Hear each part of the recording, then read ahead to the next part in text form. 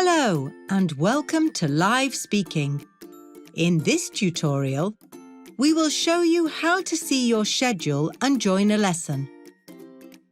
Once you have activated your account and registered, go to app.burlingtonenglish.com and log in using your username and password. You will see the My Schedule tile. Click on the tile. A list of your lessons appears. Your first lesson is at the top. 15 minutes before the lesson is going to start, a timer will appear. Please note that the Join button isn't activated yet. Once the lesson has been opened, you will see a message in red indicating that the lesson has started, as well as how much time remains for you to join the lesson.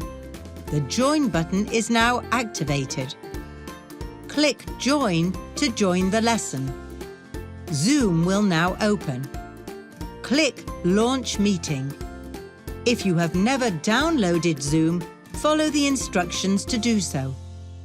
You now know how to see your schedule and how to join a lesson.